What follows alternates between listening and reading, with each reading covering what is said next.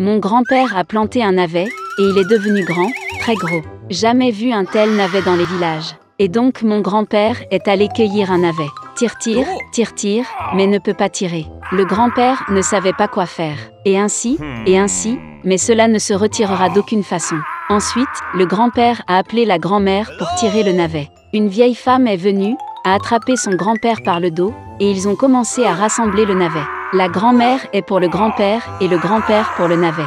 Ils tirent, mais ils ne peuvent tout simplement pas les tirer. C'est juste une sorte de problème. Le grand-père a réfléchi et s'est rendu compte qu'il était temps d'appeler la petite fille à l'aide. Et ils se mirent à appeler la petite fille au sommet de leur voix, à tel point que tout le village trembla.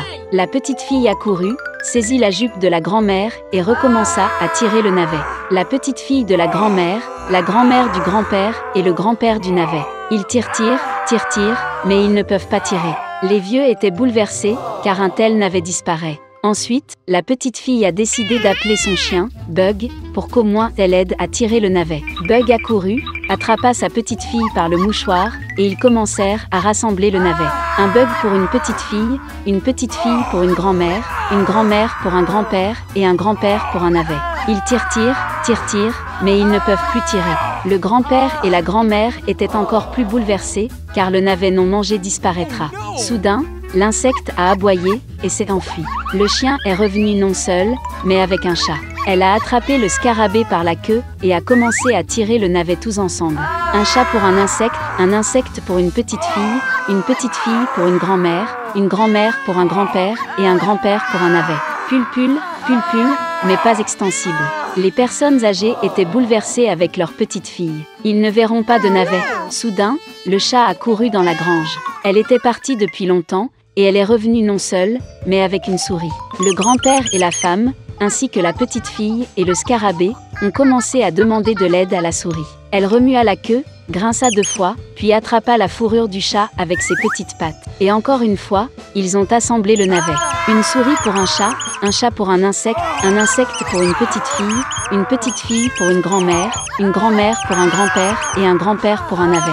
Tirer et tirer le navet. Et c'est ainsi que le grand-père a décidé de partager le navet. Il en prit la moitié pour lui, en donna un tiers à sa grand-mère, un peu moins à sa petite fille, un morceau de scarabée, un demi-morceau pour un chat et une toute petite miette pour une souris. Les animaux ont été offensés par leur grand-père, car ils ont aidé de la même manière, mais il a divisé le navet de manière malhonnête. Un an s'est écoulé. Grand-père a planté à nouveau le navet, et il est devenu plus gros qu'avant.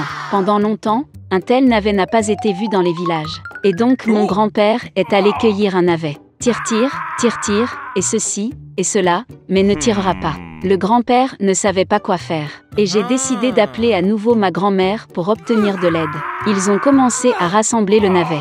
La grand-mère est pour le grand-père et le grand-père pour le navet. Ils tirent, mais ils ne peuvent tout simplement pas les tirer. Puis la grand-mère a appelé sa petite fille.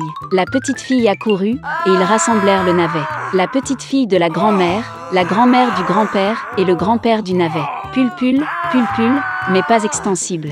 Le grand-père était bouleversé et est allé demander de l'aide aux animaux. Il a appelé Bug, mais elle a seulement détourné le visage, a remué la queue et s'est enfuie. Grand-père a trouvé un chat et elle est montée sur le toit de la grange. Puis le vieil homme est allé à la souris. Mais elle ne l'écouta pas non plus. Puis le grand-père s'est rendu compte que les animaux avaient été offensés par lui pour ne pas avoir honnêtement partagé le navet.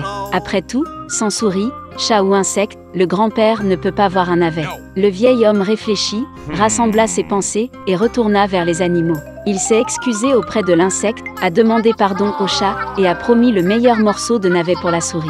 Ensuite, les animaux ont accepté d'aider leur grand-père et ils ont commencé à rassembler le navet. Une souris pour un chat pour un insecte pour une petite fille pour une grand-mère pour un grand-père et un grand-père pour un navet. Tirer et tirer le navet. Baba a fait cuire un navet. Depuis longtemps, ces délicieux navets n'ont pas été vus dans les villages. Et le grand-père a divisé le navet également, un morceau pour lui-même, sa grand-mère et sa petite fille. Nous avons chacun un morceau d'un insecte avec un chat et même une souris. Tout le monde était heureux. Ainsi, ils ont vécu dans la paix et l'harmonie heureusement pour toujours. Il était une fois une femme qui n'avait pas d'enfant. Elle est allée une fois à une bonne sorcière pour obtenir de l'aide. La femme a dit qu'elle rêvait d'un enfant. La sorcière lui a donné une graine et a ordonné de la planter dans un pot de fleurs. La femme était très heureuse, remercia la vieille et rentra chez elle. À la maison, elle a planté une graine, l'a arrosée et a commencé à attendre patiemment. Bientôt, une grande fleur merveilleuse, comme une tulipe, poussa dans le pot. Quand ses pétales se sont ouverts, il y avait une petite fille à l'intérieur. Elle était très petite, pas plus d'1 pouce. Par conséquent, la femme l'a appelée Thumbelina. Une nuit, alors que Thumbelina dormait profondément, un énorme crapaud est monté sur la fenêtre de la maison, mouillé et laid.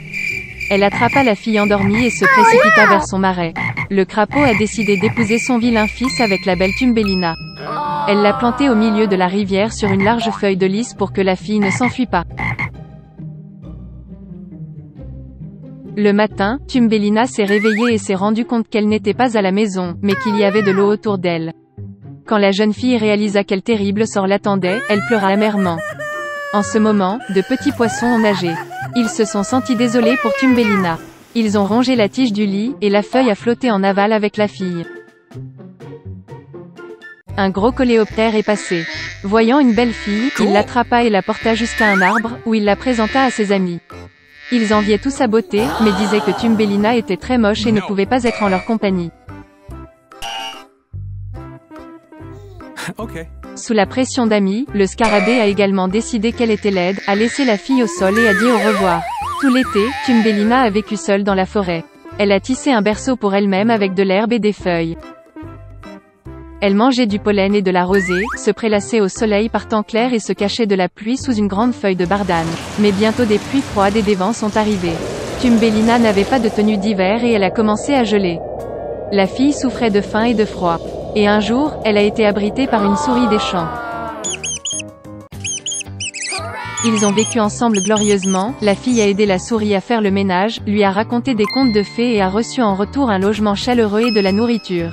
La souris des champs avait un voisin, une taupe aveugle riche, qui faisait cela en comptant sa richesse tout le temps. Même aveugle, la taupe a réalisé que Thumbelina était très mignonne et a proposé de l'épouser. Mais la fille n'était pas du tout heureuse à ce sujet, elle n'aimait pas la taupe ennuyeuse. Une fois, marchant le long des souterrains, Thumbelina a vu une hirondelle blessée, qui a failli mourir du froid. Tout l'hiver, elle s'est occupée de l'oiseau malade et au printemps elle l'a guéri. Avant le mariage, Thumbelina a demandé à la souris de la laisser monter à l'étage pour enfin admirer le soleil. Lorsqu'elle est sortie du trou de la souris, elle a vu une hirondelle qu'elle a guérie. Thumbelina s'est plaint à l'oiseau qu'elle était forcée d'épouser un méchant taupe et de vivre avec lui profondément sous terre. L'hirondelle a invité la fille à s'envoler avec elle vers des terres chaudes, et elle a accepté. Elle a rapidement dit au revoir à la souris, est montée sur l'hirondelle, et ils se sont envolés. Une fois dans un pays merveilleux, Thumbelina a vu une immense prairie avec de belles fleurs. Elle a choisi la plus belle fleur pour elle-même. Soudain, elle vit dans la fleur le même petit homme comme elle, seulement avec des ailes. C'était le roi des elfes. Et un elfe vivait dans chaque fleur. Le bel elfe n'a jamais vu une fille aussi petite que lui, et même aussi belle. Il est immédiatement tombé amoureux de Thumbelina et l'a invitée à devenir sa femme, la reine des elfes et la reine des fleurs. Après toutes ces aventures, la jeune fille était heureuse d'entendre une telle offre du charmant prince.